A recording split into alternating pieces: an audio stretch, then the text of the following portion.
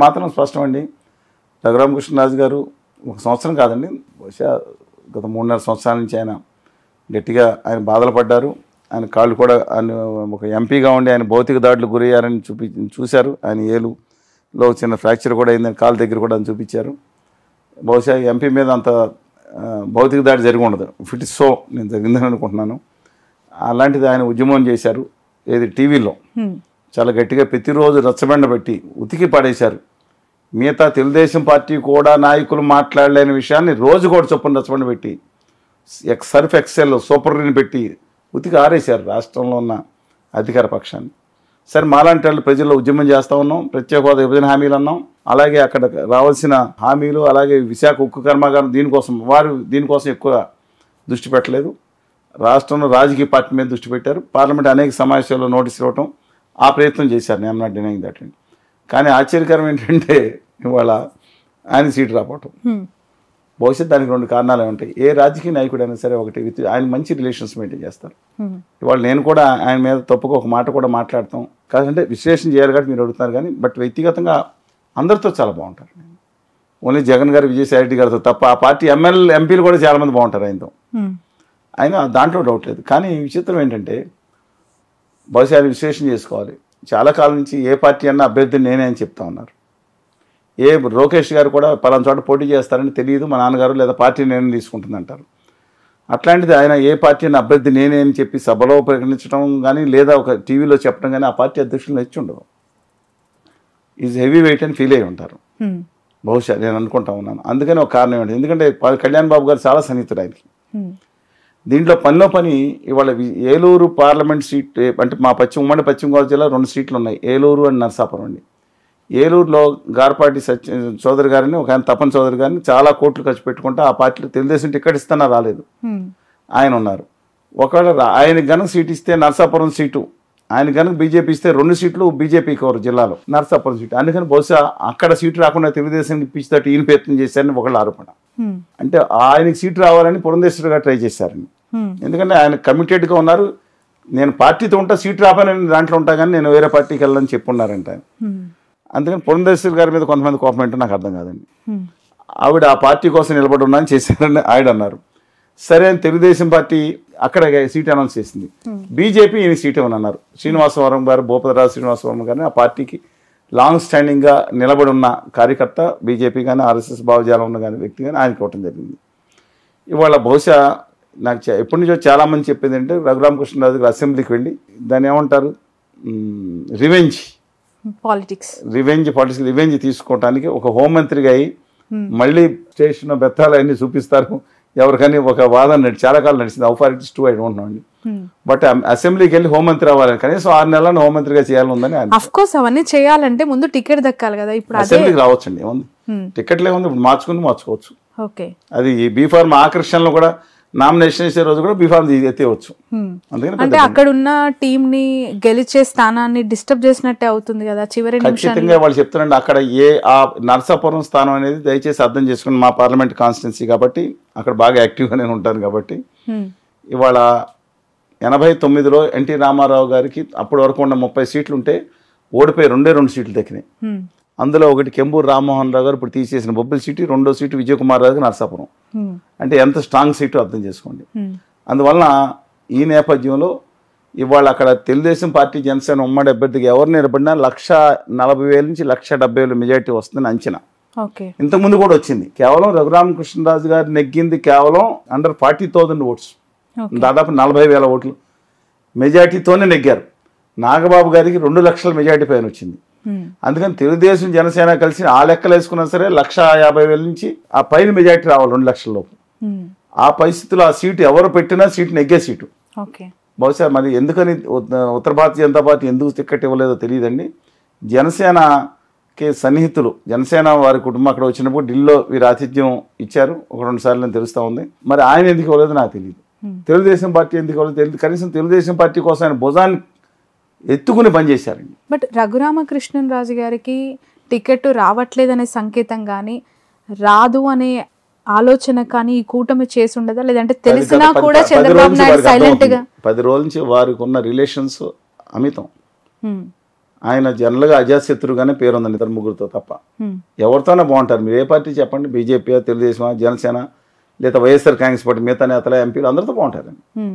అందువలన ఆయనకి గత 7-8 రోజు నుంచి ఆ విషయం తెలుస్తూ ఉంది. ఏమో మనకి ఇబ్బంది పెడతారేమో అని తెలుస్తూ ఉంది. పిల్లర్ టు పోస్ట్ ఆయన ప్రయత్నిస్తూనే ఉన్నారు. బట్ ఆయన వాళ్ళ వీడియో రిలీజ్ చేశారు. నేను ఓటమి చెందినట్టు, తాత్కాలిక ఓటమి, డెఫినెట్గా నేను జగన్మోహన్ రెడ్డి గారు మీ సంగతి తెలుస్తానని చెప్పి మళ్ళీ ఇచ్చారు. అదే అసలు చాలా వింతగా ఉంది. ఆయన మాట్లాడిన వీడియోలో టికెట్ పొందాల్సిన పార్టీ లేదంటే సపోర్ట్ చేయాల్సిన ఆయన ప్రస్తుతానికి టికెట్ పొందకపోయినా ఇంతకాలం సపోర్ట్ చేసి రచ్చబండల్లో ప్రొటెక్ట్ చేసుకున్న లీడర్స్ ఎవ్వరూ నోరు మెదపని సమయంలో జగన్మోహన్ రెడ్డి గారు అన్యాయం చేశారు, ఆయన అంతు చూస్తాను, ఆయన సంగతి తెలుస్తాను అని చెప్పి చెప్పడం విడ్డూరంగా అనిపిస్తుంది. అంటే వీర్రాజు గారు వల్ల ద్వారా చేశారని అభిప్రాయం నేను బీజేపీకి. కానీ వీర్రాజు గారు చెప్తే, బీజేపీ చెప్తే చంద్రబాబు నాయుడు గారు అంటారా? ఓకే, ఇప్పుడు వినే అవకాశం ఉందండి? I don't think so. Chandrababu Naidu గారు మోడీ గారు నీ టికెట్లు ఇచ్చుకుంటే ఆయనకి ఎందుకు అబ్జెక్షన్ అంటారని? ఆయన కూడా ఆయన ఆ పార్టీని బూతులు తిట్టి లేదా ఇంకోటి పెట్టి ఆ పార్టీని చెప్పులు పెట్టి కొట్టిన వాళ్ళకి టికెట్లు ఇచ్చినా ఆయన అబ్జెక్షన్ చేయలేదు మోడీ గారు. ఓకే, జగన్పై ఆక్రోశం, జగన్పై ఆవేశంతో రగిలిపోయిన రఘురామకృష్ణరాజు గారు ఈరోజు ఆయనకి టికెట్ రాని పిదప ఆయన ఎంతసేపు ప్రేమని చాటుకున్న వ్యక్తి చంద్రబాబు నాయుడు గారు ఇప్పుడు అనివార్యంగా ప్రొటెక్ట్ చేసుకోవాలి కదా రఘురామ గారిని చంద్రబాబు గారు. ప్రొటెక్ట్ చేసుకుంటారు. 100% టికెట్ ఇచ్చే అవకాశం ఉందంటారు. అయితే ఇంకెక్కడి నుంచి ఇస్తారో ఆలోచించుకోవాలి. మిగతా వాళ్ళు ఎత్తేసి ఇవ్వాలి. లేదంటే కొన్ని వార్తలు వస్తున్నాయి, అయితే విజయనగరం ఎంపీ లేదు అంటే ఉండి అసెంబ్లీ నియోజకవర్గం నుంచి అని చెప్పి. బహుశా రామరాజు గారిని కన్విన్స్ చేయాల్సిన అవసరం ఉంది. ఎందుకంటే అక్కడ కలవపూడి శివ గారు అనే ఆయన ఉన్నారండి. ఆయన లాస్ట్ టైం పోటీ చేశారు ఎంపీ కింద. చాలా సహృదయమైన వ్యక్తి. ఆయన కజిన్ రామరాజు గారు, ఇద్దరికి విభేదాలు ఉన్నాయి. అందుకని ఆయన తీసేస్తే చాలు నేను అంటా ఉన్నారు రామరాజు గారిని. రామరాజు గారు కూడా మనం కలిశారు, మొన్న పల్మూరు వెళ్ళినప్పుడు కలవడం జరిగింది. ఆయన కూడా వెరీ గుడ్ పర్సనాలిటీ. బట్ అక్కడ ఉండిలో ఇచ్చి ఆయనకి అసెంబ్లీలోకి వెళ్ళి ఆయన మళ్ళీ హోంమంత్రి అవుతారో లేదో చూద్దామండి. మళ్ళీ మిగతా అంకం మీరు వెండి తెర మీద చూడాల్సినట్టు వాళ్ళ మన అసెంబ్లీలో కనుక ఆయన ఒంటిలో పోటీ చేస్తే అవుట్ రేటింగ్ ఎక్కుతారు. రెండో సెకండ్ థాటే లేదు, మీరు రాసుకొని పెట్టుకోండి. రఘురామకృష్ణరాజు డెఫినెట్గా ఇంకోటి కూడా, ఎందుకంటే ఈ రాజకీయ నాకు 20% ఓటింగ్ ఉందంటే వీళ్ళకి భయం పుట్టి ఉంటుంది. బట్ మా ప్రాంతంలో ఆయనకి ఒక ఇమేజ్ అయితే వచ్చిందండి. ఓకే, అంటే కొంతమంది విమర్శించవచ్చు, ఆయన రాష్ట్రంలో మాకేం చేయట్లేదు, మా ప్రాంతాన్ని ఏం డెవలప్ చేయలేదు, పార్లమెంట్లో ఆయన రాలేదు. ఆయన వస్తే ఆయన చంపేస్తారని భయం. బట్ ఆయనకు వై సెక్యూరిటీ ఇచ్చింది. మోడీ గారి పక్కన వ్యక్తి. ఇప్పుడు ఆంధ్రప్రదేశ్ తెలంగాణ ఉద్యమంలో మేము నిజంగా చెప్తున్నాం, ప్రాణాలకి పేదలకి దాడులకి ఎదుర్కొనే తిరిగాం, గట్టిగా నిలబడ్డాం అనేక ఎన్నికల్లో. అప్పుడు సెక్యూరిటీ లేదు, తర్వాత ఇచ్చారు.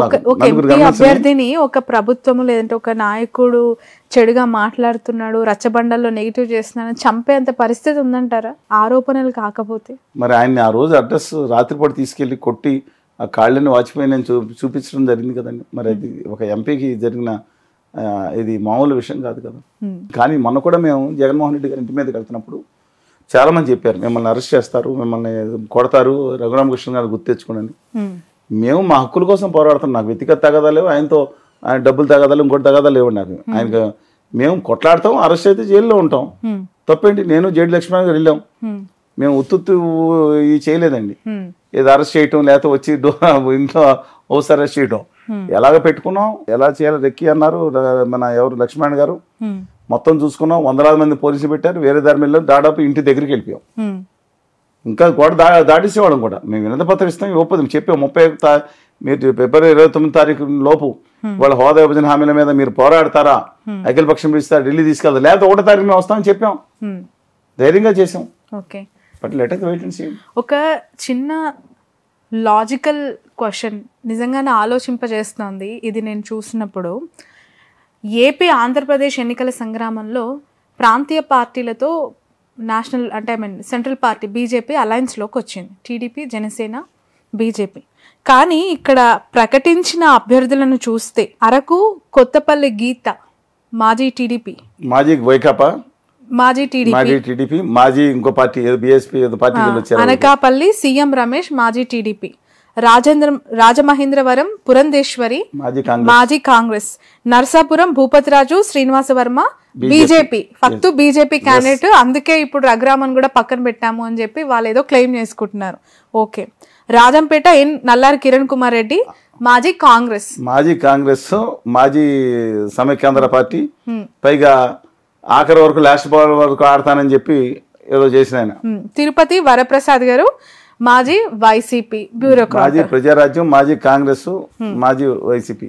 6 స్థానాలకి ఒక్క బీజేపీ అంటే ఫక్తు బీజేపీ లీడర్ ని ఒక్కరిని బరిలోకి దింపారు. కానీ వాళ్ళు మిగతా వాళ్ళంతా కూడా పక్క కాదండి, శబరి గారిని మరి వాళ్ళని తీసుకొచ్చి భక్తి బీజేపీ వాళ్ళకి తెలుగుదేశం టికెట్ ఇచ్చింది కదా, అదేమంటారు? అదే అంటే నేను కంపారిజన్ కాదు, బట్ అలయన్స్ అది కరెక్టే, మీరు అంత కరెక్టే. అలయన్స్ ని ప్రజలు ఎలా యాక్సెప్ట్ చేస్తారు? ఈ పార్టీలో ఉన్న వాళ్ళు ఈ పార్టీలోకి వచ్చి టికెట్ తీసుకొని అది అలయన్స్ అంటే ఎలా అర్థం చేస్తారు? జనసేన కూడా కొంతమంది పంపించారండి, అందులో ఎమ్మెల్యేలు చెప్పండి వరుసగా. అఫ్ కోర్స్ బాలశౌరి గారు కూడా ఇప్పుడు మచిలీపట్నం ఎక్స్పెక్ట్ చేస్తున్నారు. ఆయన మచిలీపట్నం సీట్ వచ్చేసింది కదా, ఆయన పోటీ జనసేన సీట్ ని పోటీ చేస్తున్నారు. మాజీ వైసీపీ ఆయన ఎంపీ కేసీఆర్ నాని గారు మరి తెలుగుదేశం కదా, ఆయన టీడీపీ నుంచి వైసీపీకి వచ్చారు. వరదాపురం సూర్య గారు తెలుగుదేశం ఎమ్మెల్యే కదా మొన్న వరకు, ఆయన పోటీ చేయట్లేదు. కామినేని శ్రీనివాస్ గారు ఒకప్పుడు ఏ పార్టీలో ఉన్నారు, ఏ పార్టీలోకి వచ్చారు, వాళ్ళైతే 10 సంవత్సరాల నుంచి కొనసాగుతున్నారు. ఒక దర్శిపోయినండి మరి వాడేపటి అదర్శం. సహజం రాజకీయాల్లో గొంగొట్లు అన్నదంట ఎంట్రుకలు వచ్చినందుకు కంగారు పడతాం కంటేనండి, ఈ రాజకీయాలు ఎలా తయారైపోయినంటే సత్యాన్నపురం కాంగ్రెస్ పార్టీ అయితే విచిత్రం. సత్యాన్నపురం రైల్వే స్టేషన్ పెద్దవాళ్ళు ఉండేది, చాలా మంది తెలియదు. మా పాలకొల్లు నరసాపురం నుంచి ట్రైన్ అక్కడికి వెళ్తా ఉంటే సత్యాన్నపురం అవుటర్ లాగేది, ఆ మధ్యలో దాటి ఇటు గేట్లు కూడా ఉండే కాదు. ఈ జనం ఇటు నుంచి వెళ్ళి ఆగి ఒక అరగంట ఆగింది అనుకోండి, ఇటు నుంచి వెళ్ళడానికి పెట్టిలోంచి ఎక్కి వెళ్తా ఉండేవారు. ఏంటో బాబు అసలు దాంట్లో ఎవరున్నారు ప్లాట్ఫామ్ మీద అర్థమైంది కదా. ఒకప్పుడు కాంగ్రెస్ వాళ్ళు అనేవారు. అంజయ్ గారు కూడా అన్నారు 1981లో 1980లో ఎన్నికలు జరిగినప్పుడు, ఇప్పుడు 87లో ఎన్నికలు పెట్టినప్పుడు, ఏమండి మొత్తం సర్పంచ్లు అందరూ నెగ్గిన వాళ్ళందరూ మా పార్టీయే కాదని చెప్పండి ఎవరు అన్నాడు ఆయన. అలాగా పెద్ద టంగుడు రామకృష్ణ రెడ్డి గారు. But anyway let us wait and. But ఇలాగే ఉంది పాలిటిక్స్. రాజకీయాలు విధానాల మీద కాకుండా వ్యక్తిగత ఆరోపణల మీద, దోషుల మీద నడిపిస్తున్నారు వాళ్ళు. రాష్ట్రంలో సమస్యల మీద కాదు, రాష్ట్రంలో భావితరాలు దెబ్బతినేది కాదు. వాళ్ళు సాఫ్ట్వేర్ ఎక్స్పోర్ట్స్ పెరగట్లేదు, వాళ్ళు ఉద్యోగాల కోసం 40 లక్షల మంది వలస వెళ్ళిపోతున్నారు, 99% మంది వలస వెళ్ళిపోతున్నారు. పరిస్థితి ఇలా ఉంది. ఆ సాఫ్ట్వేర్ అని కాదు ఇష్యూ. ఇవాళ వీళ్ళ మధ్యన గొడవలు ఎన్నికల రాజకీయాలు. అన్ఫార్చునేట్లీ అండి, తెలుగు జాతిలో ముఖ్యంగా ఆంధ్రప్రదేశ్కి పట్టిన దరిద్రం ఏంటంటే ఇవాళ ఈ కులపిచ్చి, మతపిచ్చి, ఈ వర్గపోరు, ఈ దౌర్భాగ్యం, కక్షాదింపు. రైట్. ఏపీ ఎన్నికల బరిలో ఈసారి పవన్ కళ్యాణ్ పిఠాపురం నుంచి బరిలోకి దిగారు. అక్కడ వైసీపీ వంగ గీత గారిని దింపింది. సో ఎలా ఉంటుందంటారు మీరు అక్కడి వ్యక్తిగా? గ్రౌండ్ రియాలిటీ పాలిటిక్స్ ఎట్లా ఉన్నాయి? పిఠాపురం కాన్స్టిట్యున్సీలో అండి ఖచ్చితంగా పవన్ కళ్యాణ్ గారు నెగ్గుతారు. వరమ్మ గారు ఇండిపెండెంట్గా పోటీ చేస్తే తప్ప, వరమ్మ గారు ఇండిపెండెంట్గా పోటీ చేస్తే నెగ్గే అవకాశం కూడా ఉంది. వత్సవాయి రామగోపాలవరం గారు ప్రకటించారు నేను పోటీ చేస్తాను, మరి సరదాగా ప్రకటించినట్టున్నారు. కానీ అసలు ఒరిజినల్ వరం గారు వేరే ఉన్నాడు. ఆయన పెనుమత్స రామగోపాలవరం గారు, ఈయన శ్రీ వత్సవాయి వరం గారు. ఈయనకి ఖచ్చితంగా అందుకని ఆయన జాగ్రత్తగా కళ్యాణ్ బాబు గారు చూసుకుంటున్నట్టున్నారు. నేను అధికారంలోకి వస్తే మొట్టమొదటి పదం నీకే ఇస్తానని చెప్పి కూడా ఆయన ప్రకటించారు చంద్రబాబు నాయుడు గారు. ఆయన నిలబడితే తప్ప, ఆయన ఇఫ్ ఈ సైడింగ్ విత్ కళ్యాణ్ గారు డెఫినెట్గా ఈజ్ గోయింగ్ టు విన్ అండి, నో సెకండ్ థాట్. ప్రతిసారి కుల రాజకీయాలకి నేను దూరం, కుల రాజకీయాలను నేను చెయ్యను అనే పవన్ కళ్యాణ్ గారు కాపు ఓటర్లని ప్రసన్నం చేసుకోవడానికి, ఆ ఓట్ బ్యాంక్ తనకు కలిసి వస్తుంది అని పిఠాపురం ఎంచుకున్నారా? అంటే మరి ఇంతకుముందు అంటే గాజువాకలో కూడా కొంతమంది ఉన్నారు, మరి భీమంలో ఉన్నారని ఎంచుకున్నారు, డిఫరెంట్ ఇష్యూ అండి. మరి పాలకొల్లో చిరంజీవి గారు ఓడిపోయినది చూసుంటారు. నేను పవన్ కళ్యాణ్